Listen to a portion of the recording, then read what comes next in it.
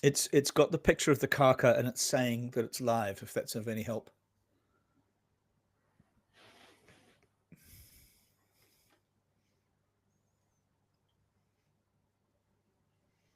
And weirdly, we've had 27 views on it. Oh, no. It says 3 watching. I can see it live now.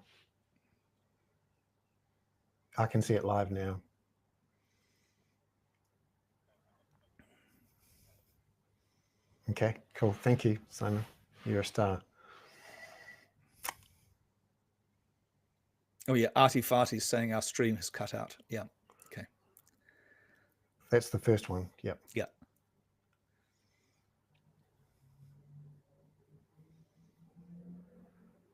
Have you sent your email, Bernard? Yep.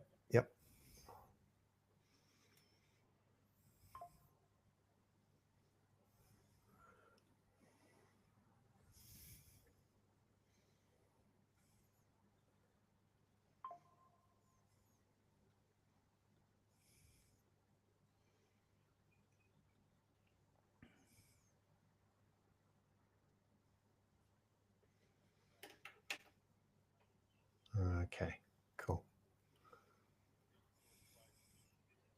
No, we didn't. Oh, good. No, I didn't hear. That's okay. Well, hello, everyone. I hope you can hear us there and see us because we've had a few technical issues to start with, but we're through them, we hope. We hope that you've jumped on the live stream and that the 22 seconds of glory we put up to start with didn't put you off too much. Yeah, which Lynn described as us looking gormless. Lynn. I think she was referring to me. Yeah, I bloody hope so, yeah. I have resting gormless face, it has to be said. So we're here now in all our glory. I'm Bernard Hickey, co-host of the Kaka, speaking to you from Hamilton, another glorious place with some lovely motel rooms. And I'm here for the economics conference being put on by it sounds really interesting. I see they're talking about superannuation. We have Peter Bayer. Yeah, so we had a big speech from Nicola Willis. Her centrepiece was lots of finger wagging at the Bernard, supermarkets. Just 1 second, Bernard. There's a lot of noise in the background somehow, or is that coming from Simon? Yeah, it's us. It's us coming from either Simon or it's us. It's our usual. Okay. Yeah, fixed. Thank you. Go ahead, Bernard. You're at this economics conference at the University of Waikato. I'm going to restart then. Sure.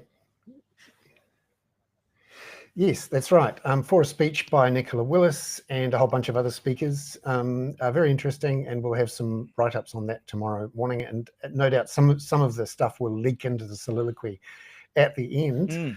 Peter, how are you? I'm okay. I'm okay, Bernard. I'm okay. There's been lots of swimming and being done, and I went out to Rotorua Island the other day and Rangitoto yesterday, and looking around, trying to make the most of the February summer. But of course, what I'm also trying to do is avoid Donald Trump, and I'm finding it very, very, very difficult, particularly when I come on a Thursday to focus on the Hoon, because I think it's going to be quite a lot about Trump today for all sorts of reasons. Shall I tell everybody what we're? Oh, that's right. Shall I tell everybody what we're going to do today? Sure. Yeah, and then we do a little bit on the media as well. We will first have, after you and I have done our intro, Dr. Catherine Dyer for the lecturer in climate change from Wellington, and she has got some fairly alarming news and stories as usual. And in our international section, we are going to have, as so often, Professor Robert Patman, a professor of international relations at Otago University, with Elaine Monahan, the professor of practice in the media school at Indiana University. And we'll be talking a lot about Trump in that, the media's reaction to Trump, the redefinition that we're seeing of NATO, of so much else, and the speed at which it's all happening. So we'll talk a lot with Robert and Elaine about that. And at the bottom of the hour, as we say, past, we will have Professor Anne-Marie Brady, who is a really interesting expert on China, a professor of political science at the University of Canterbury. And we want to talk to her about this supposed concern in Wellington about the Cook Islands signing an agreement with China, and also put it in the context of this wider issue of Trump redrawing the boundaries. And of course, the Secretary of Defense today, Pete Hegseth, saying that the US is realigning its defense posture towards China rather than Europe, and it will no longer be the security guarantor of Europe, which is phenomenal, I think. And I'm going to ask Robert, or I've asked Robert to stay on for that as well, because I think the two of them are a really brilliant doubleheader. And then we have a soliloquy, I believe, from you, Bernard. Yes, I'll be talking about concrete and alcohol and why consumption and production, respectively, are down in the last year or so. And I shall blame it all on the government. Right. Okay. Well, because I was thinking that the consumption of alcohol in my house is most certainly not going down at the moment, and I'm pretty sure it's gone up a little bit since Trump. Now, the other thing we should mention before we bring Catherine in is that Goldsmith, the Justice Minister and the Minister of Culture and Heritage, has published this week a really interesting discussion document on the future of New Zealand media and various steps that the government might choose to take to future-proof it, defend it a little bit, and allow it to compete more with international platforms. There's nothing in it, Bernard, you may have noticed. There's nothing in there about supporting the news business as such. There's nothing in there about local democracy reporting, that kind of thing, which has worked well in the past, or any sort of replacement for the Public Interest Journalism Fund, although I'm aware that they will be looking at that along with philanthropy and various other things as the MCH, the Ministry of Culture and Heritage, digest that report. But they are looking at things like a sort of minimum carry on New Zealand content on Netflix and Apple. Apple, they say, does not have a single New Zealand production on it.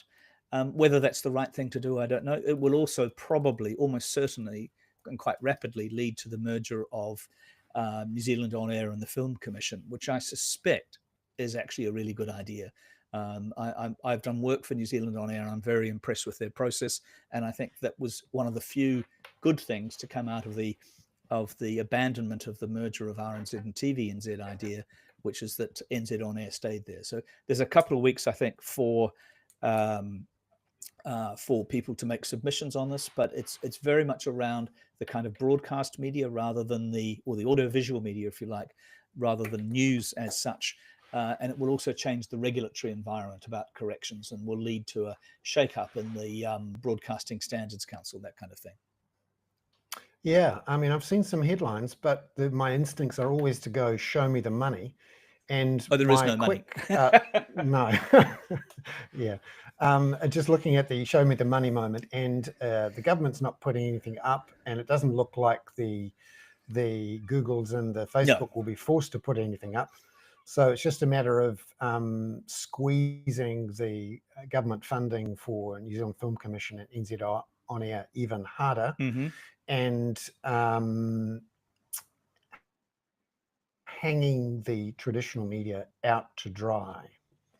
And it does seem to be that a little bit. Well, there's certainly no money in it, Bernard. I think it is very much around broadcasting, but also, of course, there will be the fear of a dramatic political reaction from the United States if New Zealand as a tiddler starts putting levies on Google and Apple and Amazon and so on. That's going to be that will be part of the sensitivity.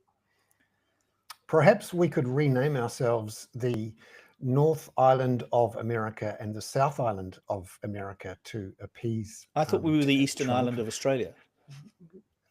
Well, I think these days it seems Trump would like to rename things in America's honor, and I think to honor America and to get in their good books, perhaps we rename ourselves. Yeah, and he's also talked about climate change being fake news and a fake panic. Yeah, I Catherine, much you've prefer got the plan to disappear New Zealand off the Yeah. map altogether. here's Pretend here's, we're not here. here's Dr. Catherine Dyer, our climate specialist. Kia ora, everybody. Yes, yes. Well, that is actually an interesting point, Catherine. Kia ora, Catherine. Lovely to have you. That is an interesting point. We could either rename ourselves or suggest to Google and Google Maps and the Apple Maps that they just remove New Zealand completely from their global maps. And then hopefully we won't get noticed by either China or the United States. And that climate change will not affect us, I think, is perhaps one of the ways we could approach it. I'm being a little facetious, obviously. Well, that's usually my job. We've got to share it around. But Catherine, I am curious to know about what's actually happening with the planet, what the latest research is, in particular from Dr. James Hansen and et al., about how quickly the planet is warming.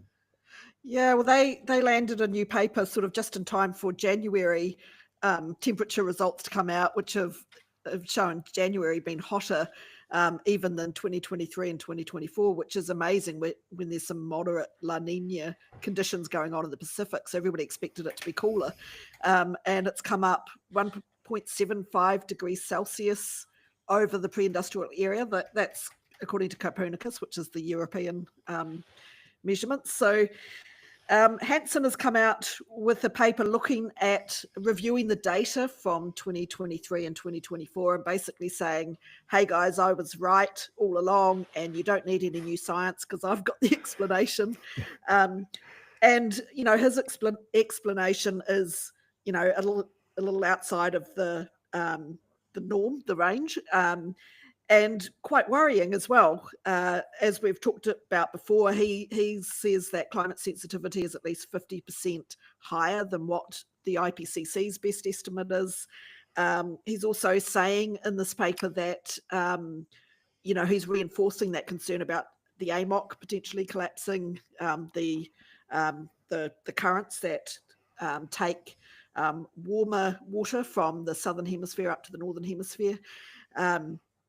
So he's worried about that sort of coming to pass around mid-century. So yeah, there's quite a bit in his paper. He also talks a lot about, you know, we have some measurements of how, what the Earth's albedo is. So that's how much light the Earth reflects back out into space. And apparently the Earth is getting darker. And as we get darker, we absorb more heat from the sun. And so This question about how much energy, heat is absorbed into the atmosphere and how much is reflected away is really important, isn't it? Because one of the key elements in Hansen's arguments is that the 2020 regulation and removal of a lot of sulfur from the fuel oil used in the world's major shipping lanes, particularly the Northern Pacific and the Northern Atlantic, has allowed a lot more light and heat into the atmosphere. It's not bouncing off the particles, which has meant that the sensitivity, and that word sensitivity has a special meaning in climate world. Could you tell us a bit about that? Yeah, so, well, when they talk about climate sensitivity, what they're usually saying is how much will the temperature increase for a doubling of CO2 in the atmosphere. So, you know, that's kind of a measure of a slightly different thing. Earth's albedo is about, you know, how much of the sun's radiation we're absorbing. So he's broken actually down that albedo into different parts. He's attributed about 60% of it to clouds. So we're seeing less clouds forming. So that has an impact. About 30% of it he's attributing to those shipping aerosols that you were talking about, and the other 10%. Sorry, did you say 30%?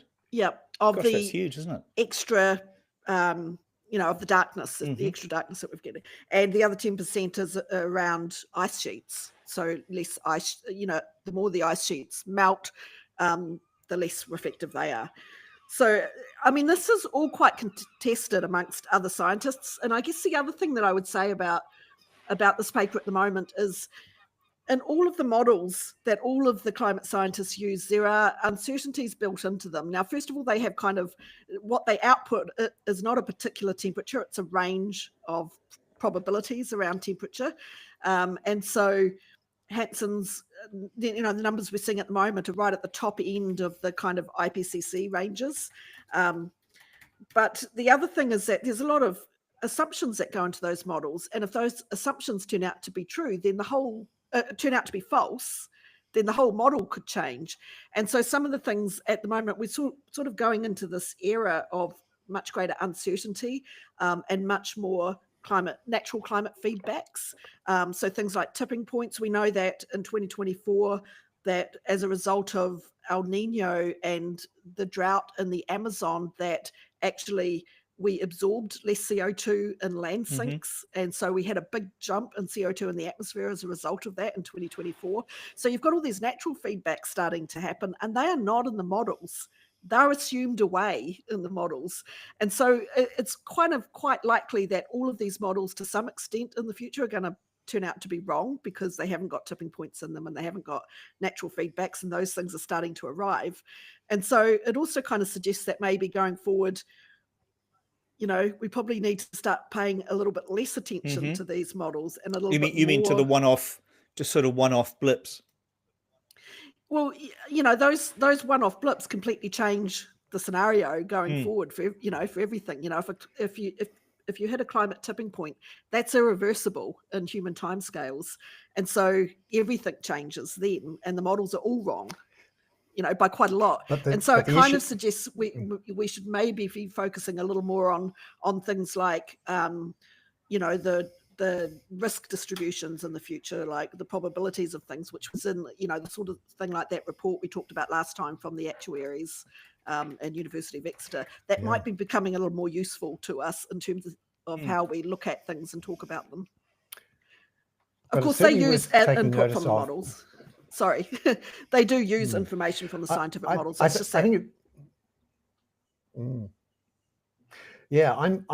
keen though to pay attention to this one in particular. Yes, I think you're right. There's always going to be different points of view, and it's really easy for people who are genetically skeptical about climate change to say, "Oh, look, there's all these scientists who've got all these different views. You can't trust any of them. They're all wrong. We can just ignore all of them." But James Hansen is really the granddaddy of the climate scientists. He was the one who gave the compelling testimony to the Senate hearing in 1988, which eventually led to the Paris Agreement. And the guts of it is, in January, we saw much, much higher temperatures. We actually recorded them much higher than we should have had in what is, in theory, a cooler time with La Nina. And when you look at the trends of the last 10 to 20 years, there's been an inflection. And that for me tells us we should take this with take it with a lot of seriousness. I absolutely agree. The expectation was that January, just from the La Nina effect alone, would be 0.1 lower than previous Januaries, and it's come out higher again. So something is going on for sure. And James Hansen has had some good, input into what that might be. I'm just saying there might be other things as well, like the fact that the landfills aren't, the land sinks aren't working as hard last year. There's other things that could be going on, and they could change the accuracy of the models going forward even more.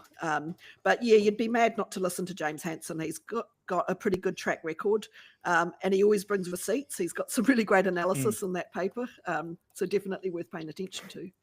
Catherine, may I ask you, we're trying, you probably heard in my intro before that we are going to devote a lot of this to Donald Trump and what's going on in the States, and try not to do that every Hoon, but it's also really interesting to see this revision of government spending and government behavior to include the NOAA, the official US Weather Service, which is enormously important. I mean, last time Trump was keen to close it and replace it with the chief executive from AccuWeather.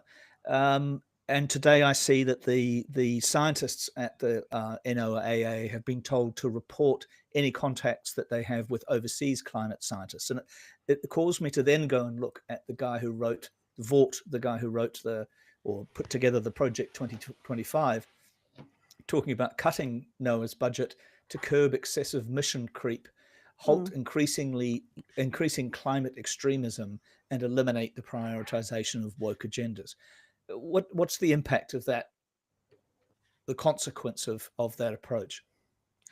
Yeah, I mean, it's never good when you deny the science of things that are happening right in front of us and that are happening to us, and that are accelerating over time. It's not a good look to bury your head in the sand over that sort of stuff, because the science isn't going to go away. Like, the things aren't going to stop happening just because you've decided you don't want to look at them anymore. But that's, the impact would be huge. A lot of the data that NOAA has is being stored elsewhere, and there are other places and universities and things in the US that track things like one of the things that they are quite well known for tracking is the CO2 observations from the Mauna Loa Observatory in Hawaii, but you can get that track from other places as well. So I think there will be people all over the show in the US who will be standing up saying, well, we've got this data and we've got that data and we're going to keep tracking this. So there will be some, gaps that can be filled, but you can't overcome the fact that your entire administration is desperately trying to ignore, what's happening and the impact of it. Yeah. Catherine, thank you so much. Bernard, do you want to do another one with Catherine? You had another question before we go to Robert. I think we'll save this for next week. It's so juicy. We want to spend some time on it. And I thank you again, Catherine. Great to see you. Catherine, Troy Baisden disagrees with the analysis he's heard on here about the Hansen paper. So I will copy his note and share it with you. That's partly the point I was trying to make, is that a lot of people do disagree with that. And there's room for a lot of people to be both right and wrong in this. So, yeah. Great. So we're going to move to international affairs with our regular guest, Professor Robert Patman from Otago University, and our other regular guest, frequent guest since the election, so before the election, professor of practice, Elaine Monaghan, who's on from Indiana University in Bloomington. We wanted to avoid devoting every Hoon to Donald Trump, but in about 3 weeks, Robert, he has blown apart 70 years of international relations actually set up by the United States. And then, of course, each day leads to a new fresh horror. I'm wondering what you're thinking. Bernard raised it in and forgive me also, by the way, we had a slight technical hitch at the beginning, which is why we're running a little late. Bernard raised at the beginning, we seem to have withdrawn, or the United States is no longer, apparently, according to Pete Hegseth, the Defense Secretary, the guarantor of security for Europe, which sounds like a rather substantial redrafting of NATO. Robert, would you like to start on that? Thank you, Peter, and good afternoon to everyone. It's been sobering and a bit of a horror show, and I'll be very interested in Elaine's observations from the United States on this. But I think we're still in what I call the declaratory mode. Mr. Trump is making lots of pronouncements and lots of threats, as well as, including potential takeovers of Gaza, Greenland, Canada, etc., etc. But what's it going to translate into? I think there's the beginnings of pushback occurring in Europe. I was very interested in the comments today of the top European diplomat, Kaja Kallas, who said that Mr. Trump's comments, the US president, were unacceptable, and that no deal will be done in Ukraine without respect for territorial integrity and the key principles of territorial integrity and state sovereignty. On the other hand, Robert, though, he's just had a 90-minute conversation with Vladimir Putin and then called that's no Zelensky. Big deal. I mean, as Mr. Putin said, he has to repay the debts of the Russians' support for him during the election. So there's no huge surprise that he put Putin ahead of Zelensky. But in a sense, you're quite right with your introductory remarks. Mr. Trump is turning American foreign policy on its head. It hasn't always walked the talk when it came to upholding the principles that America promulgated in its foreign policy, but this is quite different. Trump is completely abandoning them, and the idea, and he's making no moral distinction between the victim of aggression and the aggressor. In fact, Mr. Trump is actually, as a number of people have made quite clear, his readout of his phone conversation with both Zelensky and Putin was a diplomatic debacle of the biggest order. He gave away, I mean, for a so-called master dealer, a person who believes in the art of the deal, he gave away every single card that Ukraine had. First of all, he announced that Ukraine membership of NATO is unlikely, and Hesketh repeated that. Secondly, he said that the deal couldn't rule out, it was unrealistic for Ukraine to retain Crimea, which was illegally seized in the first major use of force on European against European borders in the post-45 period. And he basically said that much of the territory seized by Russia, or he hinted, would probably have to be traded away. So in a sense, the biggest Robert, winner here is Mr. Putin. But there's no surprise here. Yeah. I mean, this is, Mr. Trump is just delivering on what he's been saying for a long time.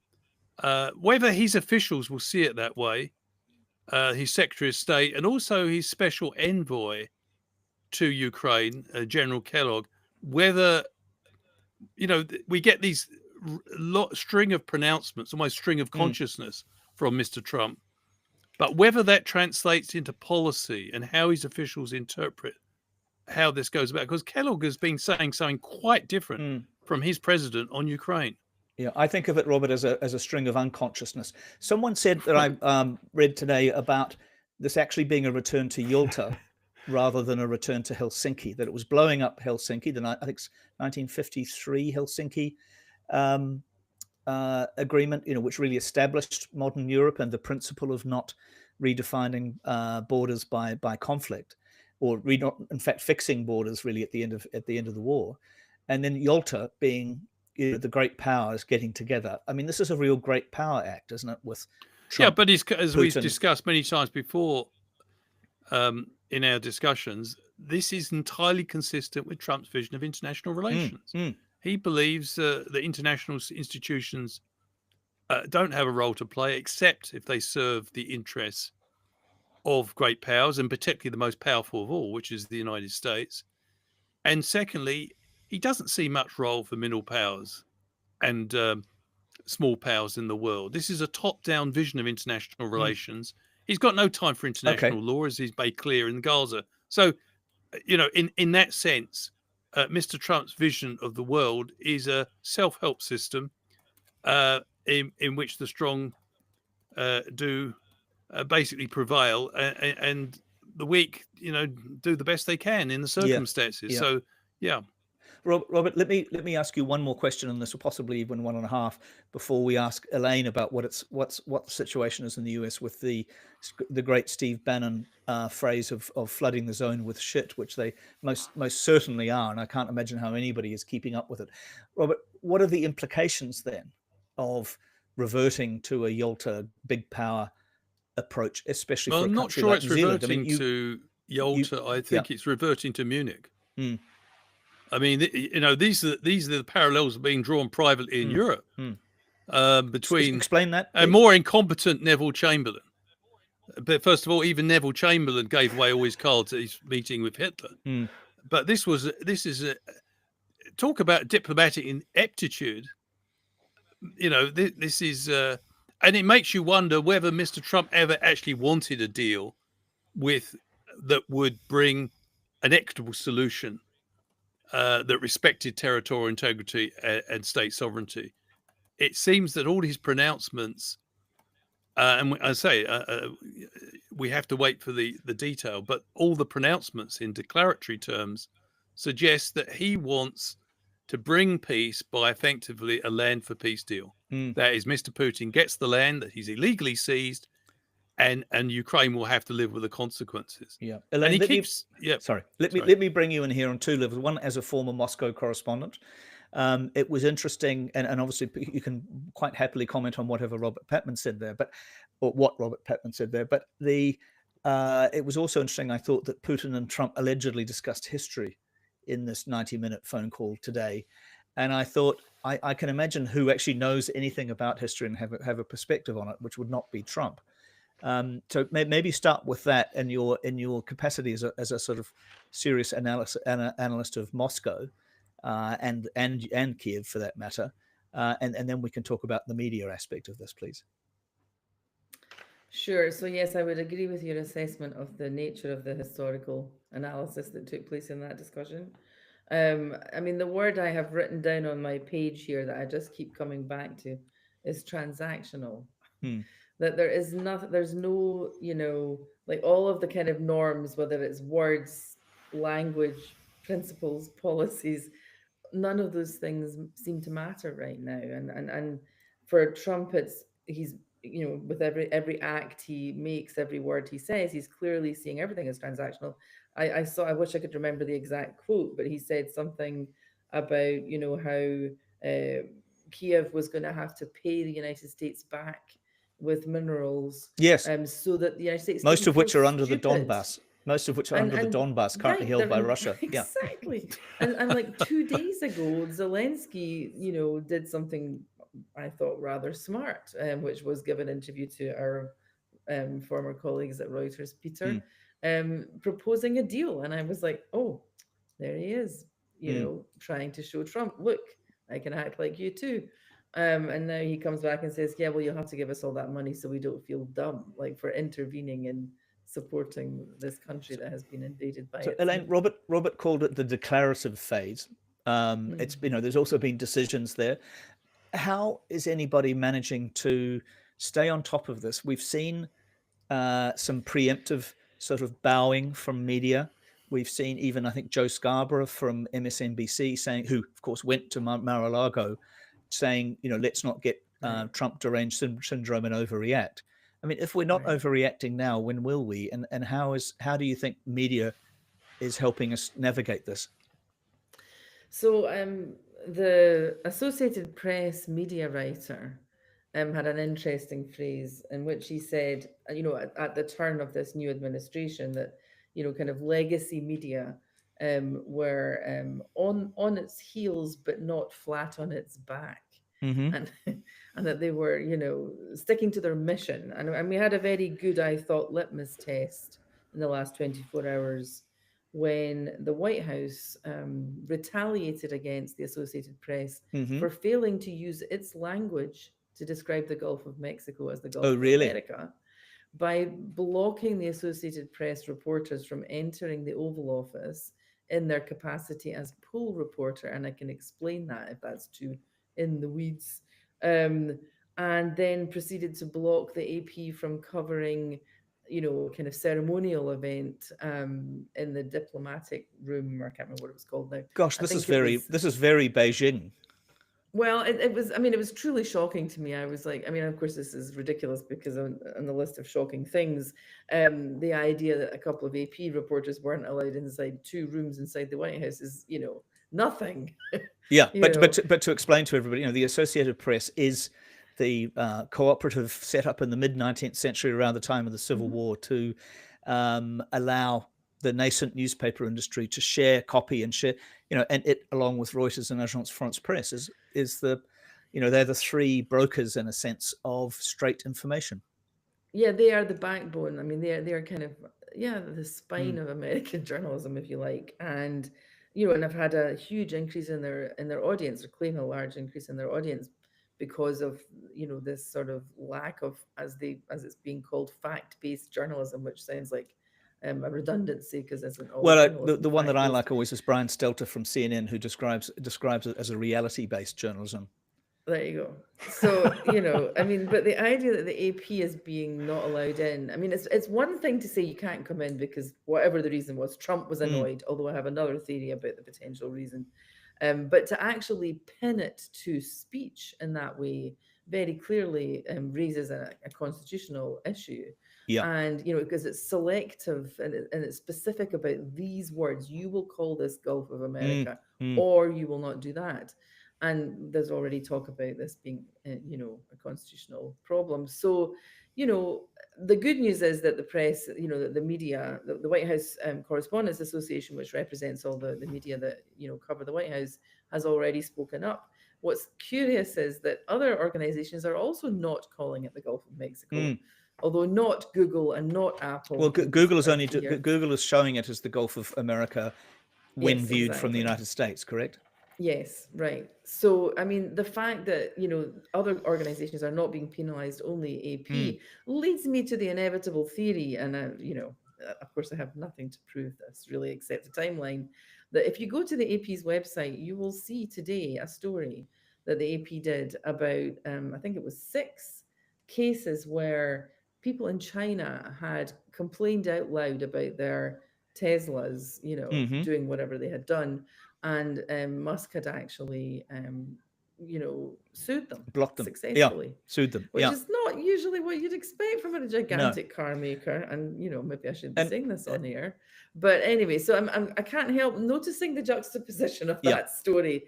The fact that the briefing that the AP correspondent was not allowed into was, as I understand it, the one where Musk was with his 4-year-old child in the Oval Office, basically holding the baton of the orchestra while Trump sat behind the desk. Yeah, I think that's going to be a cover of Private Eye magazine in the UK, that entire thing. Yes. Elaine, we often talk in our industry, or certainly in your academic journalism areas, about news avoidance. Right. Do you have a sense? I mean, somebody said to me today, is there a way to adjust your news feed so you don't see the Trump news? I find myself so blitzed by it and yet so angry about it. I mean, and yet American people say 53%, but Trump has an approval rating of 53%, and people like this strength and vigor. How are people managing it? So the short answer is, on the basis of what I know, people are kind of I think they're a bit stunned still.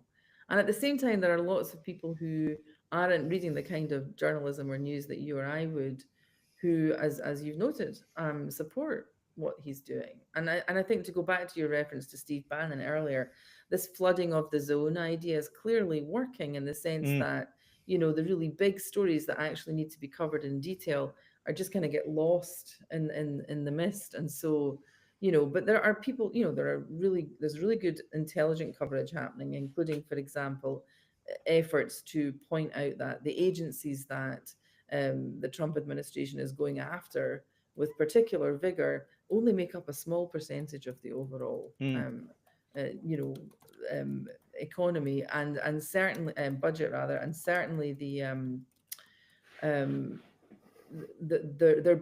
selectively targeting certain agencies that are disliked and have long been disliked by conservative Republicans. So in that sense, it's not like this massive wrecking ball destroying the entire government, even though that's what it feels like, because there's just so much of it happening. It is actually a selective process, but you can't tell because there's so much, you know, just constant flow, you know, going on. And I mean, Bannon called this, there's a phrase, the muzzle velocity, that when you start at muzzle velocity, which presumably means there will be some other velocity that will come after the muzzle velocity. So one can only assume and hope that this will slow down at some point, but I don't think so. Yeah. Who knows when? Elaine, thank you so much. We've squeezed you slightly, and Robert is going to stay on to discuss China issues with Anne-Marie Brady, Professor Anne-Marie Brady from Canterbury University. Thanks for coming on, Elaine. And Robert, would you please stay on? I think you'll be playing slightly second fiddle to Anne-Marie, but that may be a position that you're well used to, I imagine. Of course. Anne-Marie, it's great to see you, and thanks so much for coming in. You know, we love having you on, and the audience does as well.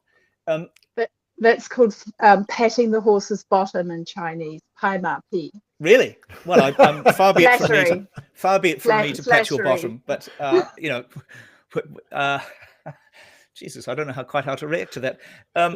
Anne-Marie, tell us about your take on this interesting Cook Islands China dispute. Is it? I listened to a thing with Monocle this morning where the Australian presenter said that Winston Peters had a reputation for being someone who could have a fight in a room where he was the only person there. What is this about? How serious is it? Please. Well, the New Zealand and the Cook Islands are in free association, and they have had a couple of agreements formalizing that relationship. And the couple of aspects that are most pertinent to what's going on now with the Cook Islands in China and New Zealand is that the 2001 joint declaration says that the Cook Islands should consult with New Zealand on defence and security matters, and New Zealand, with the as long as Cook Island wishes it to, represents and provides support for the Cook Islands on defence and foreign affairs. So those are actually relatively loose relationships between countries that assume a benign strategic environment, that assume good intentions on both sides. And so the problem is that we don't have a benign strategic environment, and we have one partner with different intentions who haven't been completely keeping New Zealand informed about defence and security matters as is required by the joint declaration. Yeah. I mean, they say it's got nothing to do with defence and security, of course, the Cook Islands, but you would argue, I imagine, that everything to do with a relationship with China has ultimately to do with defence and security. Well, now you're putting words into my mouth, so I don't appreciate that. Well, I said presumably. Well, it's not the case, actually. So why I bring up defence and security in this particular conversation is that from information that the Cook Islands government released to their own people last September about what they were going to be talking about with China, we know that they are discussing some activities with China that are dual civil military use.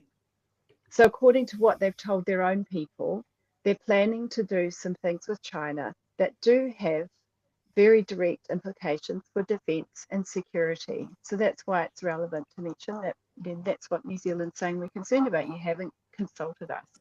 So here's a couple of the things that I pulled out of that release that was made, the press release that the Cook Islands government made to their people, that they were talking with China about air and sea connectivity, that they were planning a multi-use transport hub in the North Cook Islands.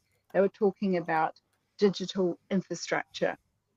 So cables, undersea cables, cell phone towers, we don't know beyond that statement. And the Cook Islands government hasn't given any more information to the Cook Islands people other than just today. They said that they were going to sign that agreement on Friday, and they've highlighted a couple of very benign projects, but they're not mentioning the ones that they said that they were going to be doing with China, and China said they would, on air and sea connectivity and multi-use transport hub, and the digital connectivity. So that's the detail that's missing. That's the consultation that's missing. Thanks, Emery. Bernard? And Anne-Marie, lovely to have you on. Thank you very much for coming. Bernard Hickey here. I'm curious about this multi-use transport hub. What could that be, and why might it concern both us and let's say the United States or Australia? Well, China has proposed plans for a transport hub in the Pacific, and since about 2019, when by then quite a lot of the in fact, I think by then all of China's diplomatic partners in the Pacific had signed up to the Belt and Road Initiative. And it's a Belt and Road Initiative project. The idea that at least one of the Pacific Island nations would be have an air hub that would directly connect to China, and then those other airports were connected to that hub. So Honiara's international airport was proposed for that. We've heard recently from the Fiji government that they're talking about doing that too.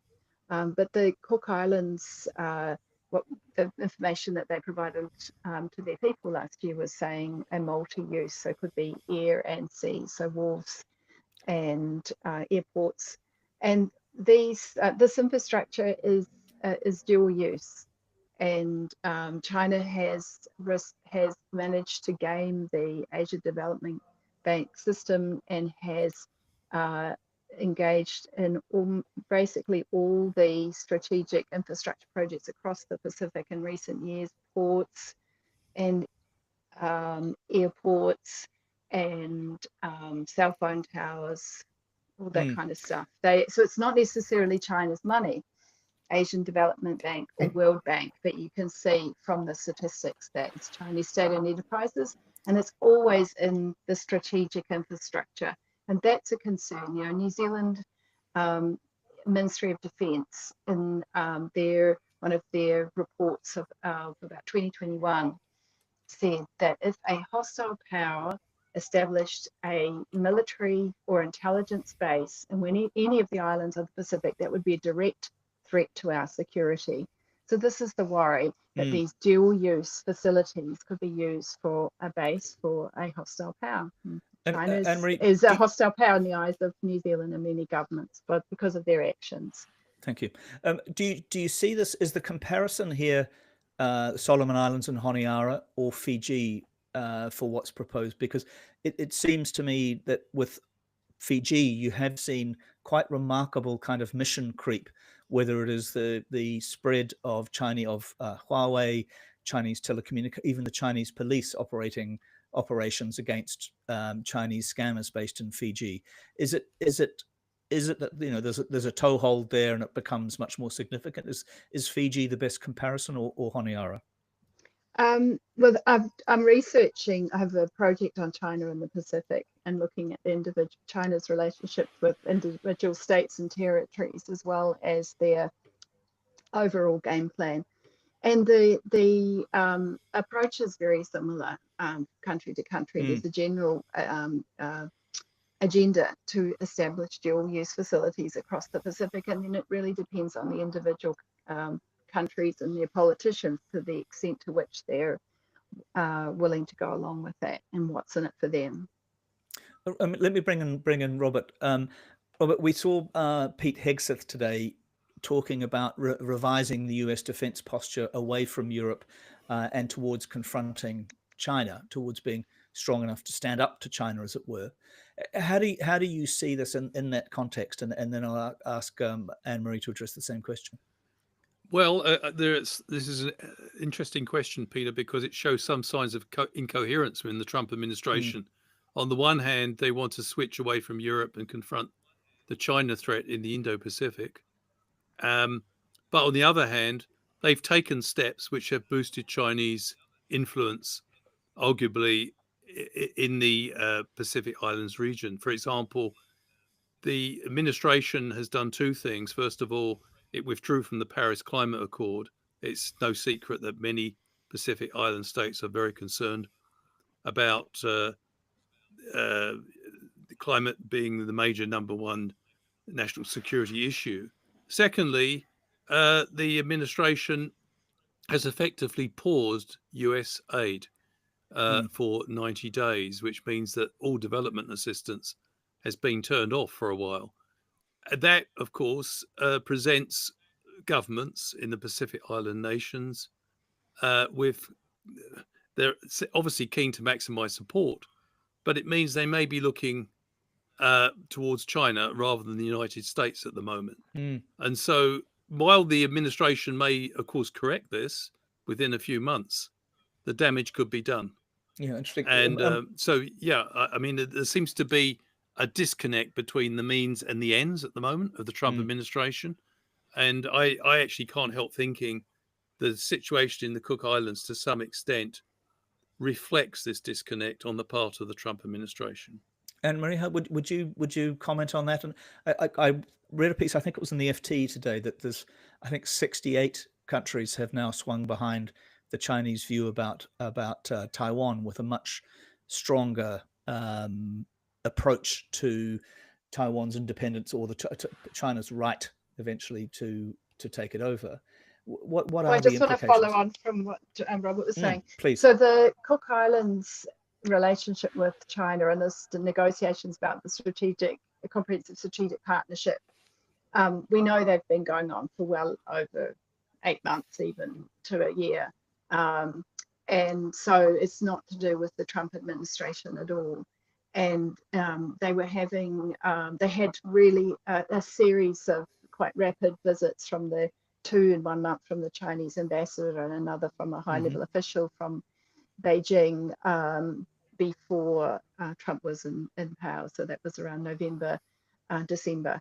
So this is just a dynamic that's been going on with the Cook Islands. Something similar is going on with Niue, less dramatic. So the problem is, I'd bring it back to New Zealand, because while it's very, very distracting what's happening in the US, we have no ability to control it. And this is the time where it's hard for New Zealand. We've got such limited resources in aid, and we've got a very underfunded New Zealand Defence Force. That has to be the Coast Guard. They have to do the work of 18 different agencies, and so here we are trying to protect our relationship with a traditional partner that we thought the relationship was all good, and then suddenly we haven't been blindsided in the last few days. This has been going on for a while. You can see it. There was an OIA released by MFAT recently about their discussions over the passports, and I'm guessing that the blank bits are the discussion around the comprehensive strategic partnership. Some of the things that are blanked out are that because it's the request about the passports. So Mark Brown mentioned the passports, that they were wanting to get their own passports to Winston Peters at the Palm meeting in Japan in June last year. And so it's Mark Brown has brought the controversy out into the media, both the passport issue and the comprehensive strategic partnership, and New Zealand's responded to that. But what can New Zealand do about it? It's so limited. If you go and read that strategic partnership agreement where we have the joint statement that we have in 2001, it doesn't have any consequences for when our long-standing partner, the Cook Islands, doesn't consult with us. We don't have a Monroe Doctrine in our part of the world, but somehow we act or assume that the realm of New Zealand is our own little Monroe Doctrine. And so this is the challenge, is that over so many years, New Zealanders who think about foreign policy talk about the moat, and they think that they're far away from all the terrible things that are going on in the world, and that we're kept safe by these historic relationships in the Pacific. And there's been such deep complacency about our Pacific relationships, and we just, we haven't put enough money into Pacific aid, and we haven't put enough money into defence. But there've been things like in the Cook Islands. Cook Islands was named, like New Zealand, in the Panama Papers. Correct. Cook Islands is one of the places that's renowned for helping the global money laundering set up. Remember, the Cook Islands was where that vessel was registered that cut a cable up in the Baltics. So there is other illegal activity going on in the Cook Islands, which New Zealand doesn't approve of, but has no ability to do anything about. So this is the dilemma for us. Yeah, thank you. We're only little. How can we throw our weight around? Yeah. So let me ask you to address that dilemma a little bit, and I'll bring Robert in on this one as well. Probably our last question to you both, if that's all right. As Christopher Luxon is kind of handling that dilemma, or has that dilemma on his lap. He's talked about going to China mid-year. He's got this dilemma of a quite bellicose United States and a transactional United States. What's your sense of the way New Zealand should go or could go in this? Are they going to? Well, I note that our new ambassador is a Pacific security specialist, our new ambassador to China. Mm-hmm. So I think we'll do what we normally do, which is there's a Chinese saying, 做而不说, do and not say. So they'll be trying to work behind the scenes to represent our position on Pacific matters to China and defend our interests. And do we have a similarly skilled person in Washington at the moment? We have an amazing ambassador, my good friend and former fellow at the University of Canterbury, Rosemary Banks. And she's been reappointed, and she is an absolutely selfless person who has very good relationships on Capitol Hill and has been through several administrations in the US and really, really knows her job. So we're very fortunate to have an excellent career diplomat in Washington as well, the best that we could have at this time. Yeah, it's very interesting to me seeing Peter Mandelson coming back as the British ambassador to Washington. Robert, would you answer that question before Bernard comes in as well on what was going to be our last question? But would you address that dilemma that Christopher Luxon is in, or we're in? Well, I think I just add to what Anne-Marie's saying. I think the job has become more difficult given. I don't dispute, by the way, on what Anne-Marie's absolutely right. The Chinese ambitions. China's a dictatorship and a one-party state, and it wants to extend its power wherever it can, and particularly in the Pacific. But my point was that I think recent events have, in a sense, boosted China, and so I think the task of the Biden administration was quite engaged in the Pacific Islands nations. And it's something Mr. Peters worked very hard for over not just this spell as foreign minister, but his previous spell as foreign minister in trying to get America more engaged in the Pacific Island nation states. And that seems to have lost momentum, and that plays into China's hands. That's the point I'm making. And I think, yes, Mr. Luxon will be seeking to impress upon the Chinese that New Zealand, this is a very important region for us, and we would like full transparency in our dealings. Although I noticed the Chinese have rebuked complaints, what they call by third parties about any tensions arising between the relationship between the Cook Islands and China. So, we should be under no illusions about our relationship with China. It's going to be tough. And, I think, Anne-Marie is one of the first people in this country to actually, I think, puncture a few illusions about China and its long-term ambitions. And I don't think we should have any illusions about China. The question is, how can New Zealand, along with like-minded countries, present themselves in a way which, if you like, is much more credible than it is at the moment? And that's a big job. And let's hope Mr. Luxon has the negotiating skills to make an impression on China. Bernard, you had a final question. Yes, a final question for Anne-Marie.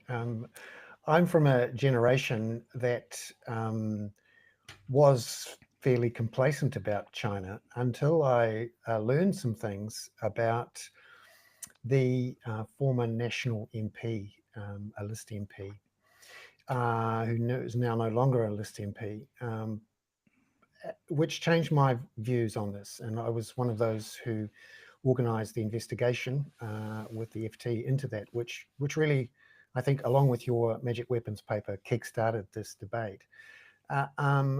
My instincts are to push back against dictatorships and to not let bullies do their thing. And the natural place for us to go to push back at a bully like China is the other biggest guy on the block who has been our partner for a long time, who along with us fought back against the last big bully on the block, Japan. But at the moment, it just feels uncomfortable, reaching out to America and somehow sidling up to them to help us with this bully in China. What should we do? Should we just hold tight, hide under a table, hope that when we get that no one notices us, and wait for 4 years and hope things improve, or what? Well, I mean, when in Trump 1 administration, my advice was the small and medium powers lean into each other. And that is exactly what we did. New Zealand developed much closer relationships with countries like Norway and Ireland, who we didn't have any particular relationship with, and not just the little ones. So we developed a much stronger relationship with France, for example, and Japan and Korea. And they all feel the same as we do about the what's going on in the disarray and the upheaval and some quite scary things that are happening in the US. I think lots and lots of people are concerned about that. Yeah. So this is the opportunity, just like Trump 1, Trump 2 is the opportunity for the small and medium powers to pull together. And Robert, New that's very Zealand much independent foreign Anne-Marie, policy go ahead. means that we do make our own choices, and we will want to pull to those countries who share our values. And one of the things that we share with lots of countries, and we don't want to see a China-dominated global order. We do want to uphold the rules-based international order. Well, lots of countries agree with us on that. And so this is the time for more diplomacy. And that's, I predict, is what we are going to be doing. Anne-Marie, thanks. It would be unreasonable of me not to ask Robert just to chip in on that one, because that's really what we often talk to him about, and it's his sort of pitch is, small countries need to stand together. Robert? Yeah, I absolutely agree with Anne-Marie. I think this is an opportunity. It's a dangerous situation, but it's also an opportunity for Mr. Luxon to reach out to other like-minded small and middle powers. But I'd just like to reinforce something that Anne-Marie said earlier, and I've also been banging on about it, the need for New Zealand to invest much more in security. And we really need to bite the bullet on this.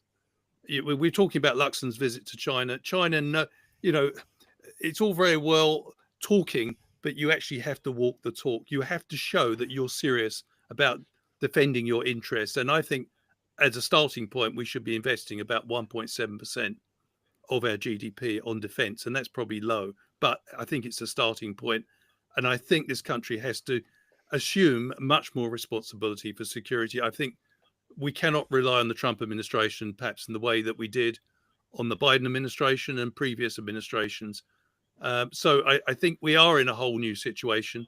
And I think Mr. Trump is challenging. I mean, the disturbing thing really for a country like New Zealand, which takes a rules-based order very seriously because we actually depend on it, is that we actually have people in power now in China and in the United States who do not have much time for the international rules-based order. And that is distinctly worrying. But it does give us an opportunity to work with many other countries to try to uphold it. Robert, thank you so much, as always. And Anne-Marie, Robert. the audience is saying that they've learned a great deal from having you on. That is not patting the bottom of the horse.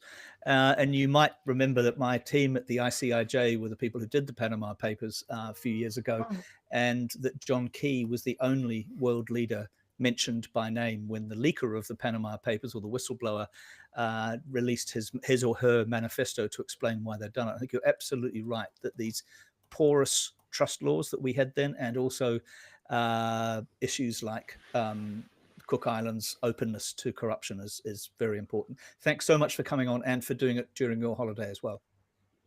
Thank you very much. Thanks, Anne-Marie. Thank Thanks, you. Robert. Bernard, have you got a swift soliloquy? No, I'm just reflecting on what we've... No, Bernard's got the soliloquy, Robert. Sorry. We'll see you later. Thanks so much. Thank you. You're very welcome to do one. But No, I'll leave that to you. Thank you. Thank you so much. Thank you. I do have one about the economy, but before I do that, it's worth reflecting that Winston Peters made his name by exposing the issues around transparency in the Cook Islands.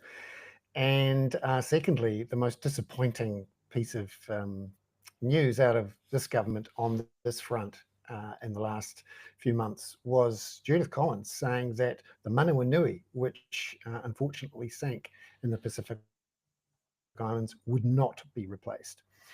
And really? It seems to send all the wrong signals. Now, my soliloquy this week, go ahead. I didn't see that. It definitely needs to be replaced. Because they wanted to save money.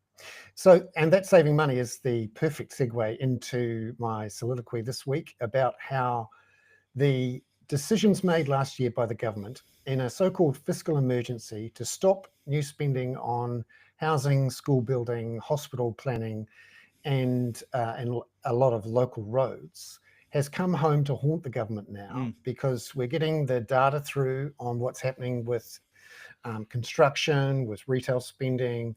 For example, in the 2024 year, ready-mix concrete production, which is one of those really tangible ways you measure what's happening in the economy, particularly construction, infrastructure, that fell by 7.7% and is actually below where it was in 2019. It was less than the concrete produced and poured during the 2 COVID years, and is back at 2014 levels when our country had 800,000 fewer people. At the same time, we got new numbers from Kiwibank and Stats NZ on retail spending through December and January, and we saw a significant drop in spending on alcohol during December and January from a year ago, simply because there are a bunch of people who can't afford it. And we saw this week the State of the Nation report from Salvation Army showing that there are 400,000 people so short of money, because after they've paid the rent and the food and everything else, they have to go and ask for food. 400,000 people. And the government's decided this year that to save money, for no good reason, because we don't have a debt problem, and the bond investors in a bond auction last week bid 7 times the amount of bonds that were on offer. We don't have a problem selling our bonds. We should be responding to these crises in our own country of housing and health and education and food poverty, and doing the right thing in the Pacific. Building a ship to replace the one that sank, the one that's bloody useful when it comes to rescuing people after cyclones and the likes. And B, we should be and also quite useful at plotting where the reefs that it hit are.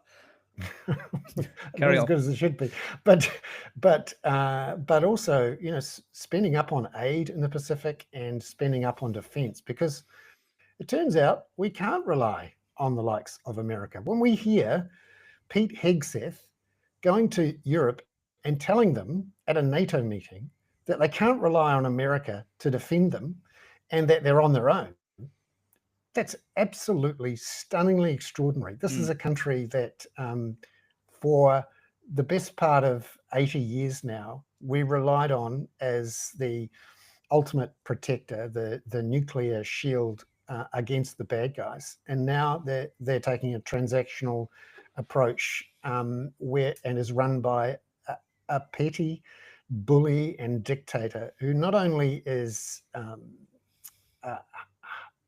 awful, but he's not even competently awful, and now he's crashing around. And unfortunately, he now has a whole bunch of people who are more competent, are able to get things done, who are right in the Project 2025 camp, doing all sorts of awful things. Now is the time for us to actually not just look after ourselves, but improve ourselves and be totally focused on simply, reducing spending on the government. Because Bernard, is this a soliloquy or a diatribe? It was bloody useful. No, it was bloody useful that we had a government that was able to look after ourselves in 1939 through 45. It was bloody useful that FDR did care about these things and put the enormous power of the United States at our service to protect us. And for 80 years, we depended on that. And unfortunately, this week, we sort of knew it was coming, but this week we found out that we can't. Well put, Bernard. Now, Artie Farty 87 is asking, is the concrete consumption measured at when it comes out of the concrete plant or when it gets delivered? Oh, this is ready mixed concrete. Production. So this is production. So this is the stuff that pours out in a liquid stream from the truck. Right. Well, look, sorry to everybody for going. It's a good mission. Sorry to everybody that we had a couple of technical problems at the beginning. Thank you, everybody, for coming on. The skateboarding dog. Bernard wanted this completely ridiculous one of some sycophantic Representative Earl Carter, who's known as Buddy Carter, has introduced a law to rename Greenland Red, White, and Blue Land. My preferred skateboarding dog this week was about a guy in England who has claimed that his neighbours in Cornwall have stolen or kidnapped his beavers because he was reintroducing beavers. The neighbour says they just moved down the river and preferred his property, but the former army officer is trying to get back his beaver, and the beaver is called Sigourney Beaver. Oh no! Thank you, everybody. What a great name! See you that is a next great week, name. hopefully. Thank you, Peter. Ka kite anō. Thanks See a you lot. later. Bye bye.